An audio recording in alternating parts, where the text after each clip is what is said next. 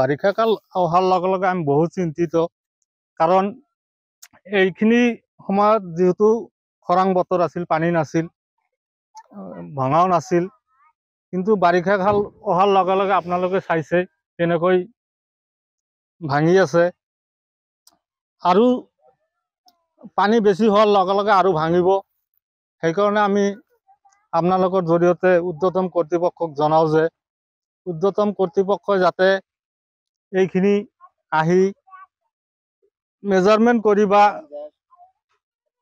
তত্ত্বাৱধান কৰি যাতে আমাক সহায় সহযোগিতা কৰে। বাঁহৰ এইখিনি যদিও চেংচন দিছে আমাৰ সাংসদ আজমল চাহাব, কিন্তু যেতিয়া বাঁহৰ বেৰিকেডখন দিয়া হ'ল তেতিয়া আমাৰ এইখিনিত পানী নাছিল, পানী নথকাৰ কাৰণে দিব পৰা নাই।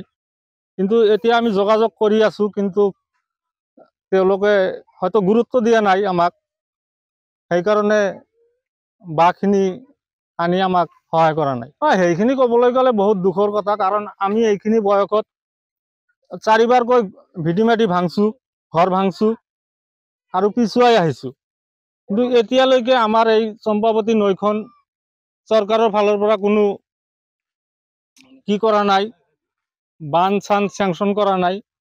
নকৰাৰ কাৰণে আৰু বেছি দূৰত্ব নাই হাইৱে ৱাই রোড। আমার তো বিরাট বিপদ চেপে আছে, বহুত দিন থেকে বিপদ চেপে, বহুত মাটি ভেঙে আছে আমার তারঙ্গাপুর জীবিতে। কোনো সহায় টয় পাইতেছে না, সরকার থেকে কোনো সহায় হইতেছে না, বা বাঁশের বান দিবার নিয়েছিল, বানও হইতেছে না। আমার খুব দিকদারি হয়েছে, ভেঙে হাজার হাজার বিঘা মাটি ভেঙে গেল আর কি। বহুত দিন থেকে হইতেছে, প্রায় 4-5 বছর হলে এইবার ভেঙে ভেঙে আসতেছে, এইভাবে করতেছে, ভেঙে বহুত দিন হলে ইয়ে হয়ে যেতেছে। আমার বিরাট সমস্যা হয়েছে, এখন পরে হাই রোডে বগলে যা হাইলাম, বহুত হইতেছে, ভাঙ্গাচোরা যাইতেছে। বাঁশের বানটা তো দিছে, দেওয়ার পরে তো ওই পর্যন্ত দিলে এই পর্যন্ত আমার এই ফেলে তো না আসে, সেলাই পানি আসল না, শুকনা মাটি পয়সা যে বান পানি আসলে গেল সেলাই দিব, এই পর্যন্ত তো না আসে। আমরা খুব কইতেছি, তাও না আসে বান টান দিবার দিকে। তারপরে শামসুল হুদার লগে যোগাযোগ করছিল, বদরুদ্দিন আইছিল, আমার এই ফেলে আইছিল, আইসে আমার বাড়িতে বসছিল, বসে যোগাযোগ করছে। ওই বাঁশের বান্ড দেওয়ার কথাবার্তা হয়ে গেল, আর তো ওই বান্ড ওই পর্যন্ত করে গেছে, আর তো না করে আর কি।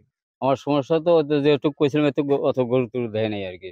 সরকারের আবেদন আমার এই যাতে বান্ড হয়, বান্ড দিলে আমার খুব ভালো হইলো নি, নইলে বহুত হাজার হাজার বিঘা মাটি ভেঙে যেতেছে।